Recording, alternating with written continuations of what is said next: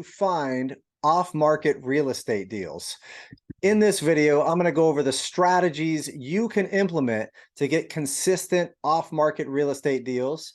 I'm going to actually go over some of the specific things that you should have in place before you can be truly successful at finding these off-market deals and consistently doing them for the long term. And then I'm going to go over some of the tracking and items you have to modify consistently to be successful at finding consistent off-market real estate deals as well. So we're going to go over each one of those things. My name is Mathew Owens. I'm a California licensed CPA. I've flipped over 1,000 houses. I have over 35 million lent out to flippers in different markets around the country. I do a lot of value add multifamily property projects, invest in different syndications, both as a general partner and as a limited partner, help run a nonprofit organization that teaches financial education and real estate education, do a ton of different deals consistently. And I've learned a ton of ways to market for your deals as I've done all of these flips. And so let's get into it a little bit. So the marketing strategies, and I have a little bit of a cheat sheet here because, man, this is a lot of data I'm going to share with you guys. And I really want to be able to be, coherent and concise with regard to the information that I'm going to share, because I'm going to go over some lists that I think are really going to be valuable for you as well. So some of the marketing strategies to implement to find those consistent off-market deals. So a lot of people understand pay-by-click marketing via Google and Facebook and YouTube and things like that. That is a great way and a great strategy to utilize along with direct mail marketing. However, before you do any paid advertising, you got to have the back-end systems in place. You got to have all of the right tools in place. And I would implement a bunch of the other non-paid for categories first to learn the ropes, get your processes down in detail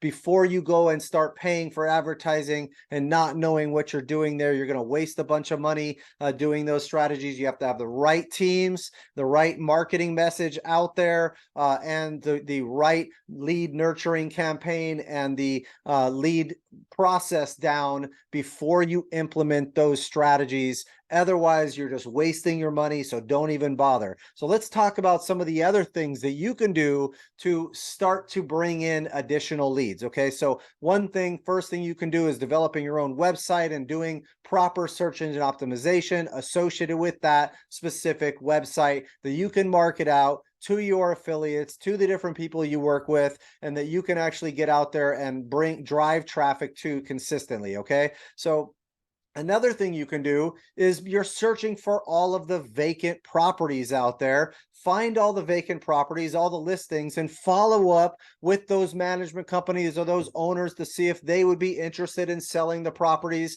And there's a lot of ways of finding vacant properties, like from cities, from utility companies, from inspectors. There's a million ways of finding those vacant properties. And so having a consistent strategy to go out and market and bring in leads from vacant property sources is key, but it has to be consistent every single week, bringing in leads and having a goal for bringing those leads in, okay? You also have auction websites that you can go to and consistently be making offers on those auction sites. Yes, there's competition there. It's not necessarily the best place, but you can find some deal flow at those auction sites and get the right deals if you understand your numbers quickly and you understand what your bottom line figures are, and you have the right financing sources on the back end to fund you on those auction sites. Now, you can also go and do a pending listing campaign where you can go out and find every single pending listing in your area that you want to be targeting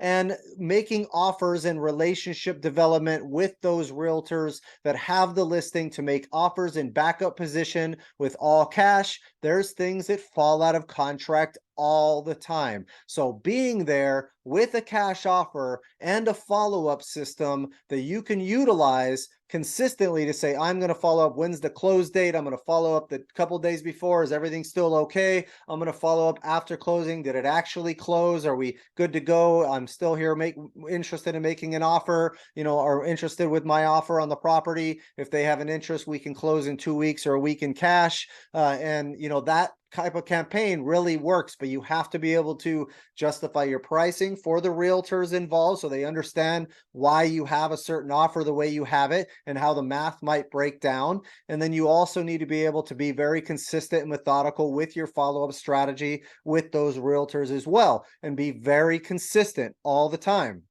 So in addition to that, you could be getting an MLS drip campaign, analyzing those deals, making offers on them immediately as they come out the gate, finding the old listings that haven't sold yet and making offers on those properties, or trying to get creative financing on those types of strategies, taking things over with seller financing. A lot of times people will sell you the property, but based on terms, which is seller financing, instead of price reduction. And it might work for you then in a situation like that, right? So then you have also for sale by owner websites. Usually the for sale by owners, they might not want to pay the realtor commission. They might not be able to pay the realtor commission. So because they may be bought too high. And so now they're trying to get more money out of the property than they believe that it's actually worth. But you might be able to pay that if you get terms, and you might get direct relationships with them to say, look, you don't have to, you can skip the realtor. I'll,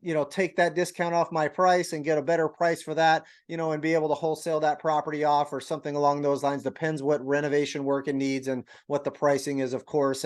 But it's another relationship you can start to work on to develop, a rapport and try to get that deal closed and under contract. So obviously car and bandit signs, don't do any of that. If you don't have proper tracking on your phone numbers, on your web domains that you market on these sites, it doesn't necessarily work very well unless you have the right tracking. Even then, bandit signs and car signs are not a high ticket type, item. They might result in a lead here and there, or a deal here and there, but every little bit helps. If you have the implementation strategy for something easy like that, then there's no reason not to, if you're not embarrassed by having a big magnet on your car, of course. So in addition to that, you can have an email campaign where you're going out consistently to, borrowers and educating, or, potential buyers, and educating them, as well as being able to have, an email campaign towards wholesalers that can bring you deals. So networking is a massive opportunity, right? You're going to be looking for lenders and appraisers and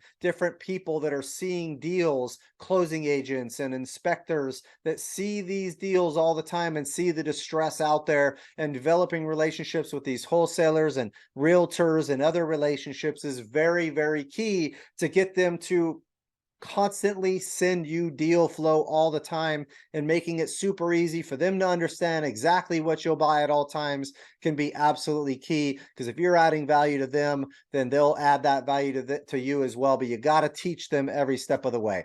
Okay, so next, what are some of the things that you need to understand before the deals come in the first place? These things will kill you and make you dead in the water before you start if you're trying to go through and get leads before knowing some of these items. So the first thing is, what is your target market? Do you have an understanding of the area, the comps in the area, where the dividing lines are, what the rent to the price ratios are on these properties if you're looking for rentals, for example? So there's a lot of things that you can do from that perspective. Now, do you also have your team ready, right? Do you have your realtors, your contractors, your property managers, your realtors in place, your inspectors in place? Do you have your team in place to be able to do this efficiently, right? So, and are you efficient at analyzing properties quickly? You need to be able to plug in 5 numbers and look at comps generally and say, this is where my value is, or have an easy system to analyze your comps so you know what your value is, you know what your renovation numbers look like based on pictures, if is all possible,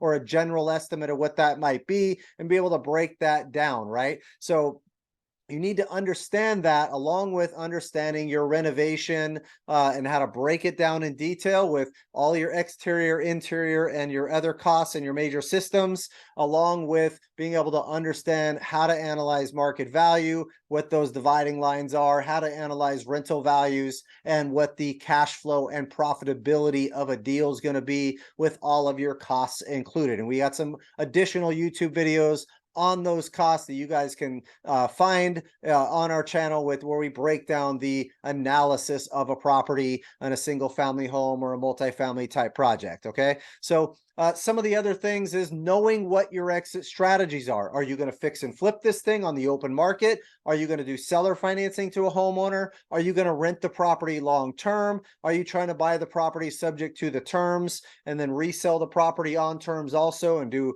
a wraparound mortgage? There's all types of different exit strategies that can exist on a project like that. Knowing what your options are up front is absolutely key to know, what's the highest and best use of that specific asset at the time. So are your capital sources together? Even if you have underlying financing and have a hard money lender like what we are, you still need additional capital to come down for the project to fill in the rest of the costs and the down payment requirements and things like that on the project as a whole, unless you have a ton of private capital investors that can come in with that secondary money or fund the whole thing in itself, of course, as well, as an additional option for your fix and flip. Obviously, it's easier to raise the down payment funds and bring in a capital partner there to be able to do that. Or do you have the funds set aside for yourself? Or but maybe you're interested in scaling and you need to be able to do 2 deals or 3 deals or 4 deals at a time, and you don't have all the money or don't want to use your own money for that project. Remember, using other people's money is absolutely amazing and key if you know what you're doing and how to mitigate the risk on protecting those capital investors at all costs. Okay. Now, understand who are your sellers in the first place, okay? So you have you're looking for distressed, homeowners. Typically that's one potential option where there might be death or divorce or debt or financial instability involved, or maybe they lost a job, maybe they got to move, maybe they're inherited properties and they don't want to know what to do with the property, or there's a change in life situation, or maybe someone just wants to sell property from a tax mitigation standpoint, or they're elderly and just want to get out of the property and don't want to own a property anymore. So there's a number of reasons that the homeowner might be interested in selling a property, right? A number of distress. And so it's your job to find out how do you help them with those items that they're concerned with. You might have landlords or different wholesalers that, maybe out-of-state investors that don't want to own the property anymore. They've had major repairs on the property. Maybe they've had bad management, low cash flow compared to what they thought, or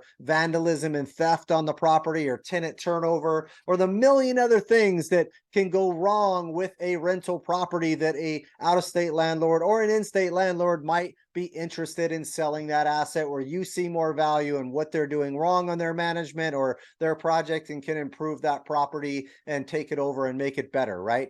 So in addition to that, you might have a lot of lenders out there that they have defaulted properties that you can take over. They have REO properties or short sale properties that you can take over. Maybe they have already foreclosed and they want to liquidate assets. There's a great strategy where you can go out to local banks, develop relationships with the local banks that might have their internal portfolio of loans, and you can ask for their default department and be able to get those private relationships. You usually need an introduction or something like that from somebody that knows them, or if you're persistent enough, you may be able to get involved there to be able to get to the right person to be able to get you the defaulted paper that they might want to sell, okay, that you can come in and take over and help them get rid of as well. Okay, so now in addition to that, there's cities and governments. They actually see a bunch of problems, right? You have property tax sales, you have IRS liens involved, you have condemned properties, construction violations, or blighted neighborhoods, utility liens. All these show distress in different ways, where you can go and find the owners of these properties and market to them to solve their problems. And so you're looking for signs of distress. Now, how can you help them? You're not going to be able to get the price you want unless you can actually help them, right? So you can come with cash. You can do a quick closing on the property, for example, right? You can have a team with resources available to them. You can have discretion, right? A lot of people just want discretion. They're in a bad financial spot. They could have, just having some discretion and some sympathy for the situation can add tons of value to these people, that someone's willing to help them and be quiet about it so they're not embarrassed, across the board, right?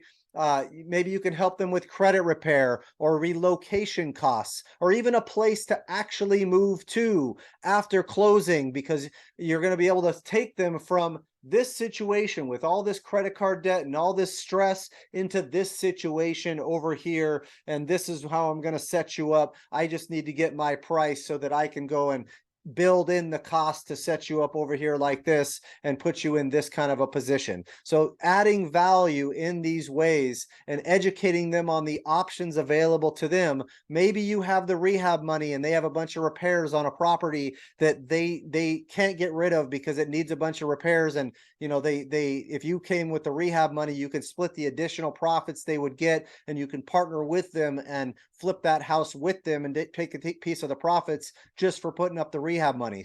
So there's tons of strategies like this that you can utilize across the board to make money and help these different clients. Okay. And then it's a matter of who sees the properties, right? You got lawyers and CPAs and closing agents and lenders, inspectors, appraisers, wholesalers. You have neighbors and code enforcement. All of these people, including utility companies and other private investors and things like that, churches and Section 8 offices, that are connectors that are seeing the direct distress that you want to connect with consistently to try to get deal flow in the door from all of these different places where you have consistent deal flow coming to you that can constantly be analyzed and constantly be going out and making offer after offer after offer. And then it's just a percentages game from there to be able to bring in more and more leads that way. So, and what should you be tracking? You shouldn't be doing any marketing unless your tracking is on point and you have the key performance indicators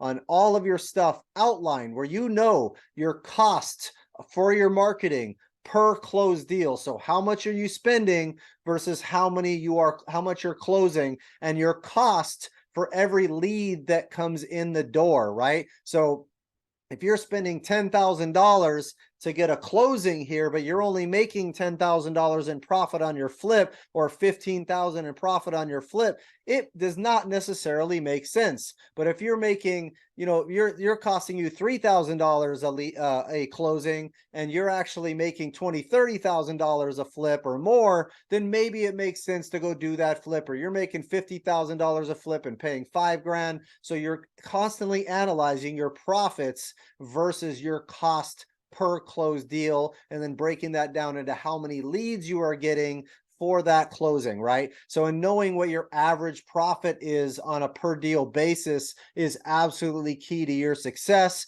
So, and then understanding how many deals you're actually able to analyze for every closed deal, so you know how much your sales staff and your team is having to deal with as far as an analysis on how many deals before they get one closed, and what those percentages really look like, so you can better track and set expectations and things like that, and understand your deal profitability after your marketing costs and your closed deal per marketing channel. So if you have a bunch of stuff going out on TikTok or Instagram or YouTube, or all of your different affiliate leads, or all of your resources from your connections from your lenders and appraisers and all these people, where are the leads coming from, and which ones are actually closing in the first place as well? You might getting a bunch of bad leads from a TikTok platform, and a bunch of good ones from your direct referrals, and none of the ones from TikTok ever actually close,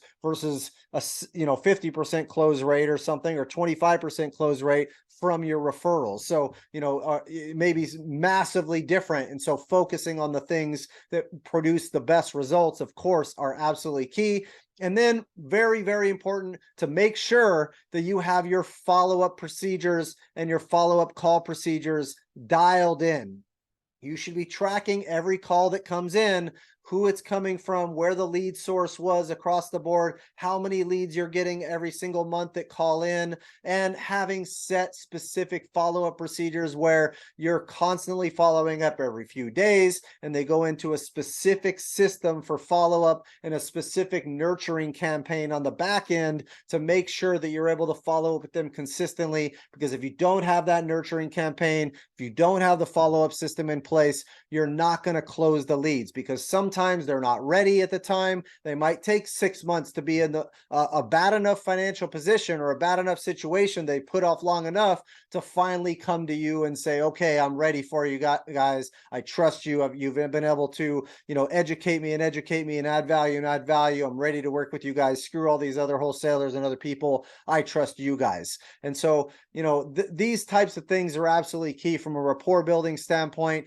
and a closing standpoint. So I hope this video helped you guys understand a little bit more about how to find these deals, what things you need to put in place to be able to implement the right systems to be successful at this, as well as the tracking component and the follow-up component of this that you need to be able to make sure you have. If you guys like this content, please like, subscribe, hit that notification bell, and I will be coming out with tips and tricks on real estate investing for you guys to help you create financial freedom in your life through real estate. Thanks so much, and I'll talk with you guys soon. Do you want to learn how to create financial freedom in your life through real estate and take your investing business to the next level?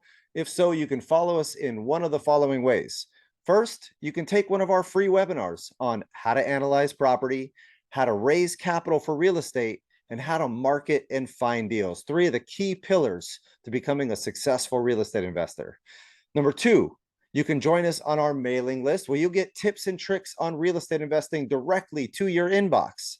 And number 3, you can take our 6-month real estate course that teaches you every aspect of real estate investing you can think of, and more importantly, create financial freedom in your life through real estate investing strategies that I teach. If you want a master's in real estate in 6 months, this course is for you. We're going to go over how to raise money, promissory notes, syndications, fixing and flipping, buy and hold investing, tax and legal structures, self-directed retirement accounts, financial education, how to run a business, how to market and find your deals, and most importantly, how to create that financial freedom in your life so that you can stop trading your time for money and create passive real estate cash flow that you can live off of.